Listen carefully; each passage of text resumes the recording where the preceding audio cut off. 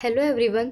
आज की इस वीडियो में हम बात करने वाले हैं अपने subject the individual and society की। इसके अंदर कौन कौन सी यूनिट है, इसका सिलेबस क्या है और क्वेश्चन किस तरीके से आते हैं और आपको कैसे चैप्टर को रीड आउट करना होता है। अगर हम इसके सिलेबस की सबसे पहले बात करें तो हमको पता है कि ये 3 यूनिट में डिवाइडेड है, यानी कि यूनिट 1, यूनिट 2 और यूनिट 3। यूनिट 1 की बात करें तो इसमें चैप्टर 1 to 6 है, यानी कि इसमें हमें कास्ट और क्लास से जुड़ी जितनी भी चीजें होती हैं, जैसे कि जाति, समाज या वर्ग, उससे रिलेटेड संबंधित जो भी हमारे समाज में चलता है उसके बारे में पढ़ना होता है। उसके बाद यूनिट 2 है वॉयलेंस एंड वॉर, यानी कि युद्ध से रिलेटेड और हिंसा से जो संबंधित होती है। उसमें चैप्टर 21 to 26 है जो हमें पढ़ना है, जो किसने राइट की है, नलिनी प्रभाकर और डॉक्टर नीता गुप्ता ने। इसके अलावा अगर हम यूनिट 3 की बात करें, living in a globalised world, इसकी अगर हम बात करें तो इसमें चैप्टर 29 से 34 है। वो आज के समय की बात करता है कि एक वैश्वीकृत दुनिया में हम किस तरीके से रहते हैं और क्या क्या हमें देखने को मिलता है। तो ये था हमारा सिलेबस। सबसे पहले अगर हम कास्ट एंड क्लास यूनिट की बात करें तो इसमें जो हमारा फर्स्ट है वो है कास्ट लॉज, जो ज्योतिराव फुले ने राइट किया है। ज्योतिराव फुले आप सबको पता है एक मेजर सोशल रिफॉर्मर थे 19th सेंचुरी के, जो महाराष्ट्र से बिलोंग करते थे और उन्होंने बहुत ही ज्यादा एक इम्पॉर्टेंट रोल प्ले किया है हमारी सोसाइटी में। उन्होंने ब्राह्मण्स को ना हमेशा क्रिटिसाइज किया, यानी कि उन्होंने हमेशा से ही ब्राह्मण को आलोचना की है उनकी, और जो ब्राह्मण कहते थे या ब्राह्मण की जो बातें होती थी वो उसके हमेशा खिलाफ ही होते थे। अब अगर हम इसके बारे में जाने कि उन्होंने क्या बात की है या फिर क्या कहना चाहते हैं वो कास्ट लॉज में, इसको अगर हम सबसे पहले देखें तो कास्ट लॉ एक ऐसे है जो गुलामगिरी बुक से एक लिया गया प्रेफरेंस है। इसके अलावा अगर मैं बात करूं, इसमें ये दिखाया गया है कि कास्ट सिस्टम का हमारी सोसाइटी पर क्या इफेक्ट पड़ता है और लोगों को क्यों अवेयर होना चाहिए इस कास्ट सिस्टम से। जो ये बुक थी उसका रियल मीनिंग क्या था, लोगों के बीच अवेयरनेस को रेस करना, यानी कि जो जनता है, मासेस एक वर्ड आ रहा है यहाँ पे, तो मासेस का मतलब होता है जनता, इस चीज पे कंफ्यूज नहीं होना है। तो जो मासेस है, यानी कि इस बुक का एक ऑब्जेक्टिव था, हर किसी का होता है, तो ऐसे इस बुक का क्या था कि जो जनता है उन्हें बताना कि कास्ट सिस्टम जैसा कुछ नहीं होता, जो कास्ट लॉज है वो क्या है, कैसी है। तो जो भी गलत अफवाहें और रूमर्स थी, तो इन सबको किस तरीके से हमें इन सब से प्रिवेंट होना चाहिए और कैसे इन्हें खत्म करना चाहिए, इस बारे में इस पे बात की गई थी। इसके अलावा अगर मैं बात करूं, जो सेकंड थिंग है, उस फूले इसमें क्या बताना चाहते हैं, फूले ने एक बहुत ही ज्यादा पावरफुल इमेज दिखाई है कास्ट सिस्टम के अंडर, कि किस तरीके से जो लोग होते हैं वो कास्ट सिस्टम से सफर कर रहे थे। उन्होंने कास्ट सिस्टम को स्लेवरी से कंपेयर किया। कास्ट सिस्टम आपको पता है क्या होता है, 4 तरीके से जो हमारा वर्ण डिवाइडेड है कि पहले ब्राह्मण है, फिर क्षत्रिय है, फिर वैश्य है और फिर शूद्र है। तो इस तरीके से ये जो कास्ट सिस्टम है, इन्होंने इसे स्लेवरी यानी कि जो दासता होती है, दास प्रथा होती है, उससे कंपेयर किया गया है और वो इसे उसी के समान समझते हैं। और वो क्या कहते हैं, इसमें उन्होंने ये बताया कि किस तरीके से इस सिस्टम की वजह से जो शुद्राज होते हैं, जो शुद्र लोग होते हैं, वो इस चीज से सफर करते हैं। जो फूले हैं उन्होंने एक बहुत ही ज्यादा पावरफुल जो मैसेज है सोसाइटी को वो दिया, और उन्होंने क्या कहा, हम एक मेंटल तरीके से, यानी कि हम फिजिकली स्लेवरी से तो कभी ऐसा हो सकता है कि हम फ्री हो जाएं, यानी कि जो हमारी फिजिकल स्लेवरी है, हम जो शारीरिक रूप से दास बनते हैं, तो हो सकता है हम इस चीज से कभी फ्री हो जाए। लेकिन जो मेंटल स्लेवरी है, जो हमारे दिमाग में ही गुलामी की चीज भरी पड़ी है, हम उससे फ्री हो जाएं, ये कंपलसरी नहीं है और ये शायद जरूरी भी नहीं है। वो ये बिल्कुल नहीं मानते थे। जो ब्राह्मण ने डिवाइन सिस्टम बनाया हुआ था, दैवीय प्रथा, डिवाइन सिस्टम आप लोग जानते होंगे, दैवीय प्रथा, तो इन्होंने इस चीज पे जो भरोसा कर रखा था, विश्वास कर रखा था, इसके ये बिल्कुल खिलाफ थे। क्यों? डिवाइन सिस्टम आप सभी को पता है कि क्या था। ब्राह्मण ने एक रूमर फैला रखा था, या आप कह सकते हो ऐसा था भी या ऐसा नहीं था, हमें नहीं पता, लेकिन उन्होंने ये कह रखा था कि जो भगवान है, जो देवता है, उनके मुख से ब्राह्मण बने, भुजाओं से बने हैं आपके क्षत्रिय, उसके बाद अगर और नीचे आते हैं तो जांघों से बने हैं वैश्य, और जो बिल्कुल पैर है उससे बने हैं शूद्र। तो इस तरीके से उन्होंने एक डिवाइन सिस्टम बना रखा था, और लेकिन ये इस डिवाइन सिस्टम के बहुत ज्यादा खिलाफ थे। क्यों? क्योंकि ब्राह्मण ने खुद को तो देवता बना रखा था, लेकिन जो शूद्र थे उन्हें क्या बता रखा था, दैत्य। देवता और दैत्य में बहुत फर्क होता है। देवता मतलब आपको पता ही है भगवान का रूप, और दैत्य मतलब आपको पता है राक्षस का रूप। तो इस तरीके से वो इसके बिल्कुल खिलाफ थे। वो कहते थे कि ब्राह्मण ने जो ये प्रथा फैलाई कि जो शूद्र है वो बिल्कुल ही सबसे नीचे हैं, वो खराब है, वो इसीलिए क्योंकि जो शूद्रास थे वो अनएजुकेटेड थे। अगर वो भी शिक्षित होते, उनके पास भी एजुकेशन होती, तो कभी भी एक ब्राह्मण इस तरीके का रूमर फैला ही नहीं सकता था। अब अगर इस समय पे आके कोई हमसे ये बोलेगा कि तू सबसे नीचा है, तू पढ़ नहीं सकता, तो कौन मानेगा? क्योंकि अब हम पढ़े लिखे, हम ग्रेजुएशन कर रहे हैं, तो हमें ये चीज पता है। इसके अलावा अगर हम आगे बात करें, ज्योतिबा फुले क्या कहते हैं कि जो शूद्र है उन्हें भी शिक्षित होना चाहिए, उन्हें शिक्षा लेनी चाहिए, उन्हें खुद को पहचानना चाहिए और खुद को बिल्कुल उसी प्लेस पे रखना चाहिए जिस प्लेस पे वो ब्राह्मण को रखते हैं। तो इस तरीके की बात इसमें उन्होंने की। ज्योतिबा फुले इसमें एक और चीज कहते हैं, क्या कहते हैं? वो कहते हैं अगर हो सके, अगर पॉसिबल है, तो गवर्नमेंट को कुछ चेंज करने चाहिए एजुकेशन में और जनता की तरफ कुछ अच्छा करना चाहिए। Instead of spending time and resources on higher education which benefits the Brahmans, the government must spend time and resources on the education of the masses. तो वो क्या कहते हैं कि जो गवर्नमेंट है उन्हें ब्राह्मण की एजुकेशन, उनके बेनिफिट्स पे ध्यान देने की बजाय पूरे जनता की एजुकेशन और जनता के लिए क्या अच्छा है क्या नहीं है इस बात पर ध्यान देना चाहिए।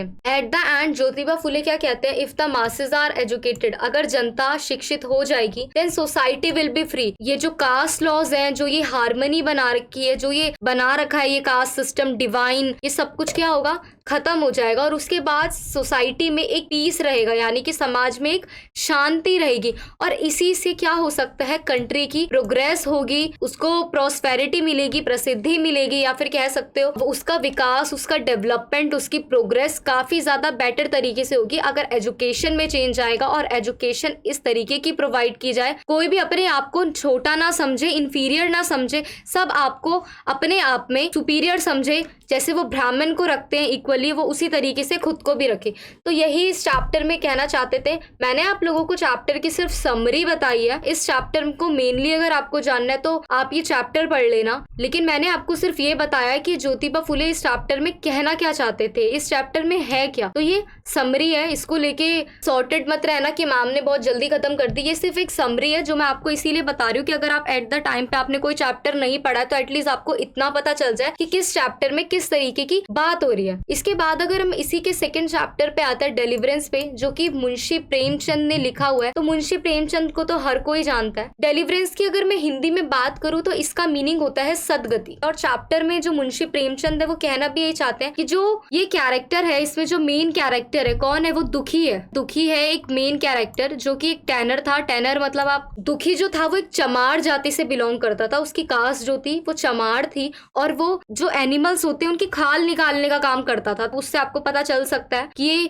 कैसा काम करता था, ये चमार जाति से बिलोंग करता था। अब इसके साथ ऐसा क्या हुआ इस स्टोरी के अंदर जो मुंशी प्रेमचंद जी ने हमें बताया है कि कास्ट किस तरीके से इफेक्ट करती है किसी की भी लाइफ को। और सदगति का मतलब यही है कि दुखी जो किसी होप से कहीं गया था तो क्या उसे सदगति मिली या फिर उसकी दुर्गति हुई। तो इसी चीज को हमें इस चैप्टर में पढ़ना है। डेलिवरेंस एक शॉर्ट स्टोरी है। मैं आपको इस चैप्टर की एक शॉर्ट समरी ऐसे ही बता देती हूँ कि इसमें क्या हुआ था, क्योंकि अभी इतना टाइम नहीं है कि आप लोग इसका पूरा चैप्टर पढ़ो।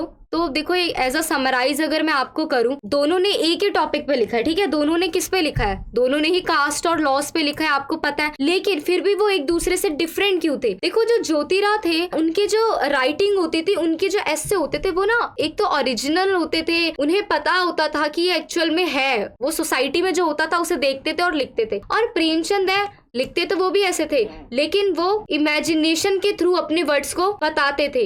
ज्योतिरा जो ऐसे लिखते थे उनके पीछे उनका कोई एक रीजन होता था, एक तर्क होता था। लेकिन जो प्रेमचंद की स्टोरी हम देखते हैं उसमें सिर्फ इमोशंस होते हैं। वो इमोशंस के जरिए बताते हैं, भावनाओं के जरिए बताते हैं कि किस तरीके से एक कास्ट सिस्टम या कोई भी चीज हमारे समाज को किस तरीके से उस पर कब्जा कर रही है या फिर उसको खराब कर रही है। अगर मैं इस चैप्टर के कैरेक्टर की बात करूं, ताकि अगर आपको क्वेश्चन में कोई भी एक कैरेक्टर दिखे तो आप इसको लिख पाए, तो पंडित घासीराम चिकुरी जो कि गोंड जनजाति से था, वो भी चमार में ही आते हैं, ठीक है। और मैं आपको बता चुकी हूँ दुखी और दुखी की पत्नी जिनका नाम झिकुरा था। तो अब क्या होता है इस स्टोरी में, जो दुखी है वो एक चमार जाति से, ये मैं आपको बता चुकी हूँ, और वो एनिमल्स की खाल निकालने का काम करता है, एक टैनर है। अब एक्चुअली होता क्या है इस स्टोरी में कि जो दुखी और जिकुरा वो अपने घर की साफ सफाई कर रहे होते हैं। इतने में ही उन्हें ये याद आता है कि उनकी बेटी की सगाई तो हो गई है, लेकिन शादी के लिए उन्हें मुहूर्त निकालना है। तो उनकी वाइफ उन्हें बोलती है कि आप जाओ ब्राह्मणों के गांव जाओ और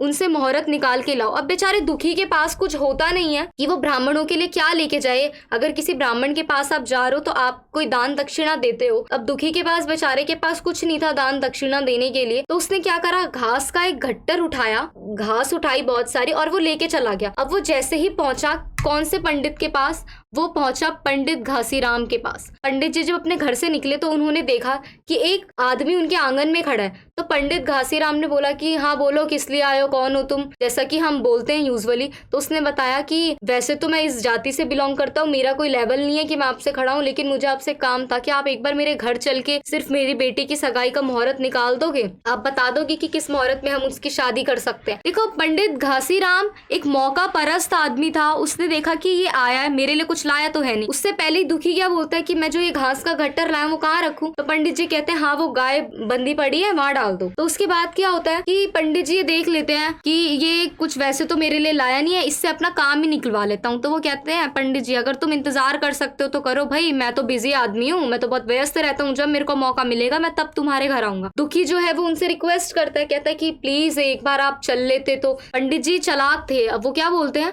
कहते हैं ठीक है मैं चलता हूँ, जब तक मैं अपना काम कर रहा हूँ, पूजा पाठ कर रहा हूँ, नहा रहा हूँ, खाना पीना खा रहा हूँ, तब तक तुम एक काम करो, तुम फटाफट मेरा आंगन साफ कर दो। और कई दिनों से ना आंगन पे पलस्तर नहीं हुआ है। पहले के समय में क्या होता था, फर्श पे जो पलस्तर करते थे या आंगन को जो बनाते थे वो गोबर के लेप से बनाते थे। तो वो कहता है कि पहले आंगन में झाड़ू लगा दो, फिर गोबर के लेप से लेप दो, और हो सके तो उन्हीं के आंगन में एक पेड़ था तो कहते हैं उसकी टहनियां काट दो बहुत छोटे छोटे टुकड़ों में। तो बेचारा दुखी करता रहता है, काम करता रहता है। एक दिन निकलता है, 2 दिन निकलता है, उसको खाना भी नहीं दिया जाता, उससे को पानी भी नहीं पूछा जाता, क्योंकि ब्राह्मण के घर में ये चीजें बहुत ज्यादा खराब थी कि अगर आपने इसको छू लिया तो आप ऐसे हो जाओगे वैसे हो जाओगे। तो जो अनटचेबिलिटी वाली चीज थी ये निकलकर सामने आ रही थी। और दुखी वो बहुत ही ज्यादा इन चीजों से फ्रस्ट्रेट हो गया था, वो काफी ज्यादा दुखी हो गया था, लेकिन वो फिर भी बहुत मेहनत से वो बार बार सोचता कि नहीं मेरे को मेरी बेटी का मुहूर्त निकालना है, अगर मैं ये नहीं करूंगा तो दिक्कत हो जाएगी। तो वो दोबारा उसी जोश से काम करता है। एक दिन ऐसा भी आता है कि उसको अब बिल्कुल ये हो जाता है कि मुझे कुछ खाने को मिल जाए, कुछ पीने को मिल जाए, और अगर नहीं भी मिल रहा कम से कम मुझे तंबाकू फूकने को तो मिल जाए। पंडित जी के घर पे तो ये सब कुछ होता नहीं था। तो एकदम से दुखी को याद आया कि वैसे तो ये ब्राह्मणों का गाँव है, पर यहाँ पर उसका एक फ्रेंड भी रहता है। उस फ्रेंड का नाम मैंने आपको बताया था चिकुरी, वो भी उसी की जाति से क्या करता था, बिलोंग करता था। तो वो चिकुरी के पास गया, उसने चिकुरी से पूछा कि तुम्हारे पास तंबाकू पीने वाला पाइप है। चिकुरी ने बोला हाँ है, बट चिकुरी बोलता है कि पर मेरे पास आग नहीं है, आग मतलब कि चिंगारी नहीं है जिससे तुम इसे जला पाओगे। वो कहता है कोई नहीं, ब्राह्मण के घर पे अभी चूल्हा जला है, मैं वहां से ले लूंगा। दुखी वहां से उनसे बोलता है कि आप एक रोशनी दे सकते हो, चिंगारी दे सकते हो मुझे आग की, आप लोगों ने चूल्हा तो जला ही रखा है। तो पंडित जी तो कुछ नहीं कहते, लेकिन पंडिताइन गुस्से में बोलती है कि किस तरीके के आदमी को घर में रख रखा है, ये है वो है, जो भी वो बोलती है गलत, वो सब कुछ उसे बोलती है। उसके बाद वो क्या करती है, जो चूल्हे से अंगारे निकालती है और दुखी के ऊपर फेंक के मारती है। तो दुखी बच जाता है और वो फिर उससे तंबाकू को जलाता है और पाइप से पीता है। तो उसे थोड़ी सी हिम्मत मिलती है और फिर से उस तने को काटने में लग जाता है जो उस बेचारे से कट नहीं रहा होता है। वो बेचारा बहुत भूखा होता है। तो पंडित जी फिर भी थोड़ा सा हो जाता है कि हाँ काम पे लगा हुआ है, बहुत वो हो गया है। तो पंडित जी फिर भी अपनी वाइफ से कहते हैं कि इसे थोड़ा सा खाना दे दो, इसे भूख लग गई होगी, कब से बैठा है। तो पंडिताइन बोलती है कि मैं तो नहीं जा रही किचन में, एक तो मौसम ऐसा है, अब इसके लिए खाना बनाने जाऊं, मैं तो नहीं जा रही, भूखा मर रहा है तो मरे, मुझे क्या है। बल्कि जो दुखी था वो बेचारा सुबह से उनके घर के सारे काम कर रहा था भूखे प्यासे, वो भी फ्री में। तो ये चीज काफी ज्यादा गलत होती है यहाँ पे। अब क्या होता है, दुखी काम ही करता रहता है, काम ही करता रहता है। इतने में काम करते करते भूख प्यास से जब वो इतना व्याकुल हो जाता है, उसका फ्रेंड जो चिकुरी था वो इसको बहुत समझाता भी है कि तू चले जा, ये तेरा इस्तेमाल कर रहे हैं, ये वो भी उसकी थोड़ी मदद कराता है। लेकिन दुखी नहीं सुनता, उसे अपनी बेटी की चिंता थी। वो ये सोच रहा था कि अगर पंडित जी मुहूर्त नहीं निकालेंगे तो मेरी बेटी का विवाह नहीं हो पाएगा, तो उसे उस बात की चिंता थी। अब क्या होता है एट द एंड में दुखी भूखा प्यासा बेहोश हो जाता है। तो पंडित जी अंदर से आते हैं, वो सोचते हैं कि शायद आराम कर रहा होगा लेट के, तो वो ज्यादा कुछ नहीं बोलते, वो अपना बैग उठाता है, कहता है चलो दुखी मैं चल रहा हूँ तुम्हारे घर, मैं मुहूर्त निकाल देता हूँ, हो गया बस इतना काम। लेकिन वो बार बार दुखी को उठने के लिए बोलते हैं, पर क्या होता है कि जो दुखी है वो मर चुका होता है। तो आप सोचो, एक भूखा प्यासा इंसान, ब्राह्मण उसका इस्तेमाल कर रहा था, वो भूख प्यास से मर जाता है जो सिर्फ इतने से काम के लिए आया था। पंडित जी क्या करें, उसकी बेटी की शादी का मुहूर्त निकाल दें। चिकुरी काफी उदास होता है क्योंकि चिकुरी एक ऐसा आई विटनेस था जिसने ये सब कुछ क्या अपनी आंखों से देखा था। पंडित जी ने जब देखा कि ये मर चुका है तो वो गए अपनी पत्नी के पास और बोला कि ये तो मर गया, अब क्या करूं। पंडिताइन और तेज, पंडिताइन कहती है मर गया तो हमारी वजह से थोड़ी मरा है, एक काम करो, हम तो इसकी लाश को हाथ लगवाएंगे नहीं, इसका जो फ्रेंड था उससे कहो कि इसके गांव में जाके बताएं और वो लोग इसकी लाश को यहाँ से लेकर जाएं। अब गांव वाले भी बोलने लगते हैं ब्राह्मण को कि वो तुम यहाँ से लेके जाओगे लाश को, तो रास्ते में तो कुआं पड़ता है, हम कुएं से पानी कैसे पियेंगे, ऐसा कैसे करेंगे, वैसा क्या करेंगे। तो उन लोगों को किसी को ये दया धर्म नहीं था कि वो बेचारा सुबह से बिना कुछ गलती के सिर्फ भूखा प्यासा कारण मर गया, लेकिन सबको ये चिंता थी कि वो एक चमार जाति से था और उस जाति को देख लेना भी पाप होता है। एंड में क्या होता है, एट द एंड स्टोरी में एक मोड़ आता है जो प्रेमचंद जी ने कटाक्ष फेंका है। वो कटाक्ष क्या है, उस लाइन पे क्वेश्चन भी आता है कभी कभी। बेचारा जो दुखी था वो उनकी सर्विस कर रहा था बिल्कुल एकदम फेथफुल तरीके से, डिवोशन तरीके से, ठीक है, वो भगवान मान के कर रहा था पंडित जी की सेवा, लेकिन पंडित जी उसी सेवा के बदले में उसे खा गए, वो मर गया। एंड में क्या हुआ, उसके गाँव से औरतें आई, उसकी बेटी आई, वो दुख होके रो रही थी, बहुत रो रही थी, बारिश हुई पूरी रात, दुखी की लाश ऐसी भीगती रही। और एंड में क्या हुआ, जैसे ही रात कटी, सुबह भी चमार जाति के जो बाकी लोग होते हैं उन्हें चर्मकार बोलते हैं, कोई भी चर्मकार नहीं आया क्योंकि कोई भी ब्राह्मण के गांव में आना नहीं चाहता था, इसीलिए कोई नहीं आया। दुखी की लाश को कंधा देने वाला भी कोई नहीं था। महिलाओं की रोने की आवाज अभी भी सुनाई दे रही थी, लेकिन लाश की जो दुर्गंध थी, जो स्मेल थी, वो काफी ज्यादा फैलने लग गई थी। अब जब वो काफी ज्यादा दुर्गंध फैली तो पंडित जी ने एक रस्सी निकाली, एक फंदा बनाया और मरे हुए आदमी को उसमें लपेटा, ठीक है, और उसे घसीट के गांव से बाहर ले गए। जब तक घसीटते रहे उसकी लाश को, जब तक कि वो गांव से बाहर नहीं निकल गए। लाश को ना कि जलाया ना कुछ किया, ऐसे ही फेंक दिया। और वो घर पे आए, तुरंत उन्होंने अपनी प्योरिफिकेशन की, ठीक है, अपने रीति रिवाज बोले, मंत्र पढ़े ताकि वो अपनी नॉर्मल लाइफ जी सके, स्नान करा, गंगा जल छिड़का पूरे घर में। और एट द एंड जो दुखी की लाश थी उसे गीदड़ ने, कुत्तों ने, कौओं ने नोच नोच के खत्म कर दिया। तो एंड में प्रेमचंद जी एक बात कहते हैं, वो कहते हैं कि दुखी had served him with devotion and faith, कि दुखी को उसी के जीवन की भक्ति और सेवा और जो उसने पंडित जी पर विश्वास किया उसी ने उसे खा लिया। तो इस तरीके से ये हमारा सेकंड था डेरिवेंस, जिसमें कि हमें दिखाया गया कि किस तरीके से एक चमार जाति के इंसान के साथ इतना बुरा बर्ताव किया गया कि वो बिना मौत मारा गया। नेक्स्ट है जूठन, जिसके राइटर है ओम प्रकाश वाल्मीकि और उन्होंने ही हमें ये स्टोरी बताई है, ठीक है। जूठन, आपको जूठन से ही समझ आ रहा होगा, जो हम अनटचेबल्स हैं उन्हें अपनी जूठन दे देते थे। तो इस तरीके से ही इस बारे में बात की गई है, जैसा कि हमने डेलिवरेंस में पढ़ा था चमार जाति के बारे में।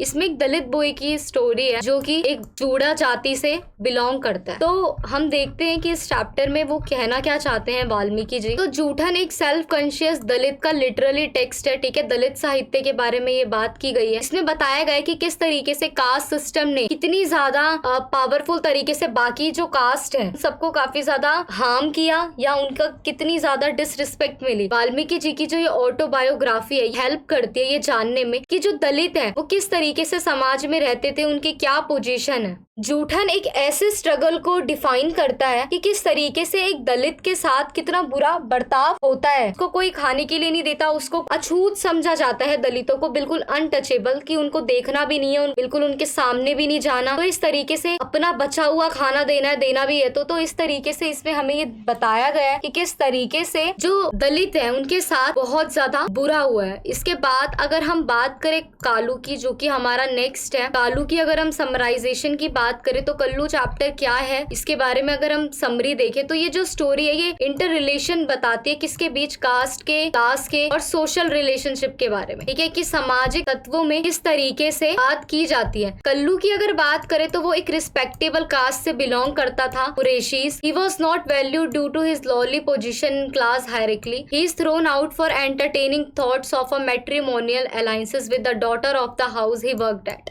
But as soon as he rises in the socio-economic hierarchy due to his official position, he becomes acceptable, and this acceptance is also due to fact that he belongs to a higher caste. Mumani-Jan attitude towards money and social status is quite typical of the emerging middle class of the time. तो Kullu story में क्या बताया गया है, कल्लू एक बहुत अच्छी respectable cast Qureshi से बिलोंग करता था। वो एक बहुत ज्यादा अच्छा लड़का था, समझदार लड़का था, लेकिन जो उसकी मम्मी थी यानी कि जो उसकी मदर थी, उनके पास इतना पैसा नहीं था कि वो पाल सके या उसका भरण पोषण कर सके। तो इसीलिए वो क्या करती है, कल्लू को उसकी मुमानी जान जो थी उनके पास भेज देती है। क्यों? क्योंकि उसे लगता है कि जो मुमानी जान है उनके पास जो कल्लू है वो बहुत अच्छे से रहेगा, बेहतरी तरीके से रहेगा। अगर कल्लू की मम्मी की बात करें तो वो हर हफ्ते कल्लू से मिलने आया करती थी, उसको प्यार करती थी। तो इससे पता चलता है, अगर हम उनके कैरेक्टर की बात करें तो वो काफी ज्यादा अच्छी थी, उनके अंदर मात्र प्रेम था। वहीं अगर मुमानी जान की बात करें तो इनका एटीट्यूड स्टोरी में हर जगह अलग तरीके से देखने को मिलता है। कैसे? तो बचपन में कल्लू से काफी काम भी करवाती थी। कल्लू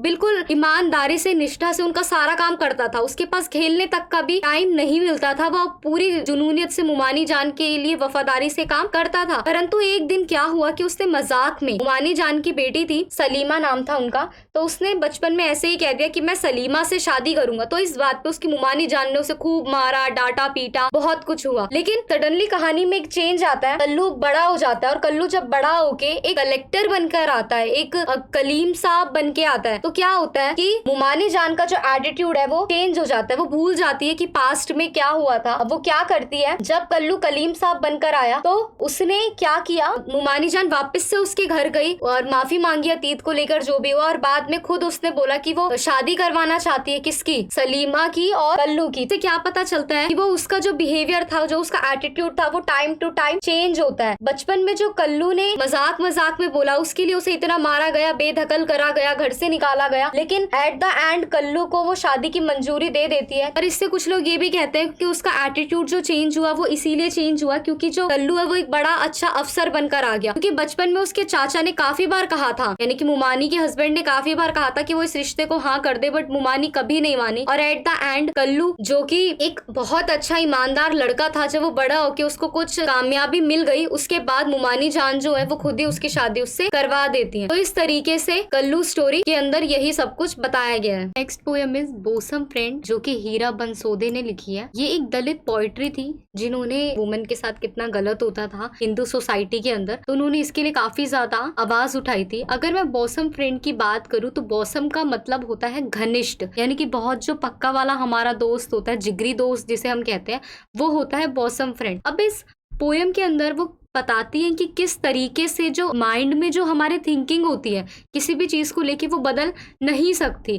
तो यही इस बोसम फ्रेंड में दिखाया गया है। बोसम फ्रेंड की बात करूं तो bosom friend forms a part of collection of poems called fjord. Fjord एक 1984 में एक बुक आई थी जिसके अंदर पोएम का काफी ज्यादा कलेक्शन था, तो उन्हीं में से एक निकली है बोसम फ्रेंड। ठीक है, जैसा कि टाइटल से ही पता चल रहा है कि ये फ्रेंड से रिलेटेड है, यानी कि जो पोएम है वो एक बहुत अच्छी फ्रेंड के बारे में, जो पोएट की काफी ज्यादा, यानी कि जो हमारी पोएट है उनकी काफी ज्यादा अच्छी दोस्त थी। जो पोएट होते हैं वो उसे अपने घर डिनर के लिए बुलाती है, लेकिन वो सबसे ज्यादा शॉक्ड या वो सबसे ज्यादा आश्चर्यचकित इसीलिए हो जाती है कि वो उनका प्रपोजल एक्सेप्ट भी कर लेती है। क्यों? क्योंकि जो पोएट होती है वो एक दलित होती है, लेकिन जो उनकी फ्रेंड जिसे उसने इन्वाइट किया था, वो जो फ्रेंड है वो क्या होती है, वो एक अपर कास्ट से बिलोंग करती है। ठीक है, तो वो क्या सोचती है कि मेरी फ्रेंड कितनी ज्यादा अच्छी है कि सारे कास्ट और ट्रेडिशनल के जितने भी बैरियर्स हैं, जो भी प्रथाएं हैं, उन सबको तोड़ते हुए वो अपनी एक अनटचेबल फ्रेंड के घर आ रही है, वो भी डिनर पे। बहुत खुश होती है, वो सोचती है कि अब शायद समाज में ये हाई कास्ट लोअर कास्ट सबके मन में नहीं है, जैसा कि मेरी फ्रेंड की मैं एक दलित हूँ, वो फिर भी मेरे घर आ रही है, वो भी डिनर करने, मेरे साथ खाना खाने, कितनी बड़ी बात थी ये उस टाइम पे।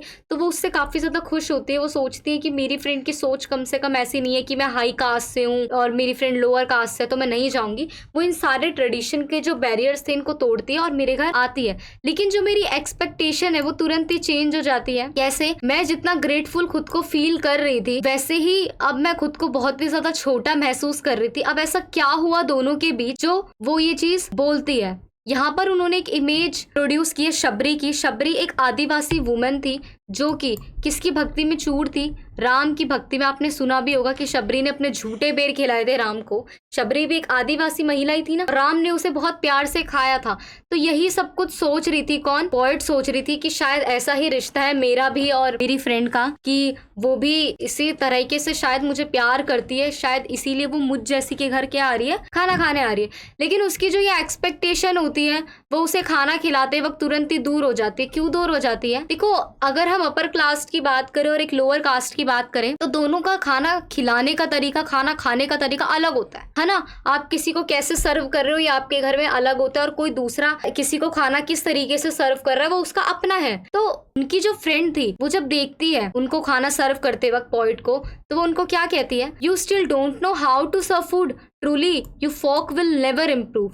कि तुम्हें पता नहीं है क्या कि खाना कैसे सर्व करते हैं? कभी नहीं सुधर सकते तुम लोग हो ही ऐसे। तो वो ये 2 लाइन बोलती है जो पोएट को काफी अंदर तक हर्ट कर जाती है। पोएट जो अपनी फ्रेंड को शबरी से कंपेयर कर रही थी, अब उनके एक्सपेक्टेशन चूर चूर हो जाती है। क्यों? उनके सिर्फ एक खाना सर्व करने के तरीके पे वो उनपे ये सवाल उठा देती है, और वो शेम फील करती है। कब शेम फील करती है? जब उनकी फ्रेंड उनसे बोलती है क्या तुम्हारे घर में बटर मिल्क नहीं मिलता क्या खाने के साथ? तो पोएट उस समय कुछ नहीं बोल पाती। अगर बटर मिल्क की मैं बात करूँ तो बटर मिल्क होती है लस्सी। तो वो बिल्कुल ही ज्यादा हर्ट हो जाती है इस चीज से। I was sad then dumb but the next moment I came back to life. वो क्या कहती है कि मैं पता नहीं क्या क्या सोच रही थी, पर सडनली मेरे को मेरी लाइफ की, मेरे जीवन की वास्तविकता यानी कि सच्चाई पता चल गई है। वो ये भूल गई थी कि अभी भी इतनी हाई एक्सपेक्टेशन रखना या इतना किसी के बारे में सोचना गलत है। क्यों? क्योंकि लोगों की सोच अब तक नहीं बदली है। इसके अलावा इसमें क्या दिखाया गया है, पोएट क्या सोचती है? तो this friend has cross the physical threshold of caste she still carries in it her mind. तो इसमें एक पोएम में एक बहुत बड़ी बात है। वो बात क्या है कि उनकी फ्रेंड ने फिजिकल जो बैरियर थे, ठीक है, आना जाना जो था, वो सारी सोच तो खत्म कर दी, वो सब तो खत्म कर दिया, लेकिन उनके माइंड में जो सोच भरी पड़ी है वो अब तक खत्म नहीं हुई है। वो अभी भी लोअर कास्ट के बारे में गलती सोचती है, अभी सिर्फ इसीलिए कि आज उन्होंने जो प्लेट में खाना अरेंज किया वो अच्छे तरीके से नहीं किया था, इसीलिए उनकी फ्रेंड ने उन्हें इतनी सारी बात सुना दी। अब जो ये पोयम है वो एक थियोरिटिकल क्वेश्चन के साथ खत्म होती है। वो 2 क्वेश्चन क्या है मैं आपको बताती हूँ। फर्स्ट क्वेश्चन है, are you going to tell me what mistake I made? क्या तुम मुझे बता सकते हो कि मेरी गलती क्या थी? और सेकंड क्वेश्चन है, are you going to tell me my mistake? और क्या तुम मुझे ये बता सकते हो क्या सिर्फ मेरी ही गलती थी इस सब में जो भी हुआ? तो ये फर्स्ट क्वेश्चन और ये सेकंड क्वेश्चन के साथ इस पोएम को जो पोएट है वो खत्म करती है, और वो क्या कहती है कि ये क्वेश्चन जो है ना वो पूरे समाज के लिए एक चैलेंज है, जो हमें एक रियल पर्सपेक्टिव में लाता है, जो हमें सच्चाई बताता है। वो कहती है फ्रेंड का काम होता है कि वो एक दूसरे के घर विजिट करे, अपनी बातें शेयर करे, एक साथ रहे, कुछ इमोशनल चीजें करे, उनका जो सामाजिक बॉन्ड है वो बना रहे। इसीलिए नहीं होती फ्रेंड कि वो क्या निकाले, फाइंड फॉल्ट यानी कि गलतियां निकाले। तो इसी तरीके से ये बात पोएट कहती है कि किस तरीके से उनकी एक्सपेक्टेशन थ्रेश्ड हो जाती है जब उनकी फ्रेंड सुपीरियरिटी दिखाती है और उनको दिखा देती है कि वो अब तक इन्फीरियर है। तो ये था हमारा बोसम फ्रेंड। इसके बाद अगर हम बात करें हूवर्दा शुद्रास, जो कि डॉक्टर बी.आर. अम्बेडकर ने राइट किया है। Doctor B R. अम्बेडकर को कौन नहीं जानता, सब जानते हैं। काफी ज्यादा उन्होंने शुद्रास के लिए, दलितों के लिए काम किया है। तो उन्हीं की ये बुक है हूवर्दा शुद्रास की शूद्र कौन है, और ये काफी ज्यादा इंपॉर्टेंट और फेमस बुक है। तो इसी का आपकी बुक में एक कंटेक्स्ट है। अब इसमें क्या बता रखा है कि ये जो बुक है वो पब्लिश हुई थी 1946 को। डॉक्टर अम्बेडकर ने ऑर्थोडॉक्स कंसेप्शन जो था चारों कास्ट का, उसको चैलेंज किया, ये बुक लिखी और भी पूछा कि बताओ असल में समाज में शूद्र होते कौन। वो बिल्कुल खिलाफ थे, जो वर्ण सिस्टम ब्राह्मण ने बना रखा था वो उसके बिल्कुल खिलाफ थे। डॉक्टर अंबेडकर ने अपनी इस बुक में 5 तरह के हिंदू का जिक्र किया है। सबसे पहले वो बात करते हैं ऑर्थोडॉक्स हिंदू की। ऑर्थोडॉक्स हिंदू वो होते हैं जिन्हें हिंदू धर्म में कुछ भी गलत नहीं दिखता, कुछ भी मतलब एक पॉइंट भी गलत नहीं दिखता, और ना ही कास्ट सिस्टम में कुछ गलत दिखता है। सेकंड हिंदू वो बताते हैं आर्य समाजसा। ऐसे हिंदू जो वेद होते हैं उनको प्राइमेसी देते हैं, और वो क्या कहते हैं कि वेद में जो लिखा है वो सब कुछ सच है। वो वेद जो हमारे ऋग्वेद, यजुर्वेद, ये 4 तरीके के वेद है, सामवेद, अर्थवेद, ये इनके अकॉर्डिंग चलते हैं। इसके अलावा वो हिंदुओं की एक और क्लास के बारे में बात करते हैं जिन्हें ये तो पता है कि कास्ट सिस्टम गलत है, बट उनके पास कोई रीजन नहीं है कि वो इस चीज पर अटैक करें। वो ये तो जानते हैं कि कास्ट सिस्टम बुरा है या अच्छा नहीं है, लेकिन उन्हें ये नहीं पता कि कौन सी ऐसी वजह दे जिससे ये खत्म हो। इसके अलावा वो एक पॉलिटिकल हिंदू की बात करते हैं जो ये मानते हैं कि स्वराज काफी ज्यादा इंपॉर्टेंट है। किससे? सोशल रिफॉर्म, यानी कि समाज में कुछ अच्छा करने से बेहतर स्वराज को लाना। उसके बाद वो बात करते हैं रैशनलिस्ट हिंदू की, ठीक है, जो क्या मानते हैं कि समाज में सुधार ज्यादा इंपॉर्टेंट है एज कंपेयर टू स्वराज। तो इस तरीके से वो ये 5 तरीके के हिंदू की बात करते हैं जो कि समाज में आए हुए थे। उसके बाद इन्होंने चैलेंज बता रखे हैं ऑर्थोडॉक्सी के अंदर क्या है, ये सारी जो चीजें इन्होंने बता रखी हैं। देन वो कहते हैं सोसाइटी में एक बैलेंस की जरूरत है, दोनों को एक इक्वल बैलेंस पे रखने के लिए एजुकेशन को काफी ज्यादा बढ़ाना पड़ेगा। वो इस चीज को प्रमोट करते हैं। एंड एट द लास्ट वो क्या कहते हैं कि शूद्र को एजुकेट करो, ठीक है, जो ये चतुर्वर्णा का सिस्टम है वो समाज के लिए बुराई है, इसे खत्म करो, क्योंकि ये खत्म नहीं हुआ तो समाज है वो डिग्रेड हो जाएगा। हमेशा से ही अम्बेडकर ने जो भी ये सामाजिक बुराइयां चल रही है उनका विरोध किया है। जो ब्राह्मण अपने आप को सुपीरियर समझते हैं उनको गलत ठहराया है। वो किस पे बिलीव करते हैं? वो सिर्फ इस बात पे बिलीव करते हैं कि जैसे ही शूद्र काफी ज्यादा एजुकेट हो जाएंगे वो इन सारी चीजों को खुद ही खत्म कर देंगे। तो इस तरीके से हु आर द शूद्रास में अंबेडकर ने एजुकेशन को काफी ज्यादा इंपॉर्टेंट वैल्यू प्रोवाइड किए। तो इस तरीके से हमने हमारी फर्स्ट यूनिट को कंप्लीट करा है। आपको इसी तरीके से आपको आगे की जो ये यूनिट्स है वायलेंस एंड वॉर या फिर ग्लोबलाइजेशन वर्ल्ड, वो आपको पढ़नी है। आप समरी पढ़ सकते हो, आप हेल्प ले सकते हो किसी की। इसके अलावा मैं आपको कुछ इंपॉर्टेंट क्वेश्चन दिखा देती हूँ। ये इंपॉर्टेंट क्वेश्चन है, इस तरीके के क्वेश्चन आपको एग्जाम में दिखने को मिल सकते हैं कि जो कल्लू है, इस्मत चुगताई ने जो कल्लू जो कहानी लिखी है उसमें कैसे इकोनॉमिक फैक्टर दिखाए गए हैं या क्या क्या हायरार्कीज दिखाई गई हैं, इस पे एक बात करो। और इसी तरीके से आगे भी चैप्टर्स पे क्वेश्चन आते हैं, तो आपके लिए तीनों जो यूनिट है वो पढ़ना काफी ज्यादा कंपल्सरी है। तो आज की इस वीडियो में इतने ही। आई होप आपको जो मैंने ये 6 चैप्टर्स पढ़ाए हैं जिनमें पोयम भी इंक्लूड है वो आपको समझ आई होगी। अगर क्वेश्चन आता है एग्जाम में तो आप उन्हें अटेम्प्ट कर पाओगे।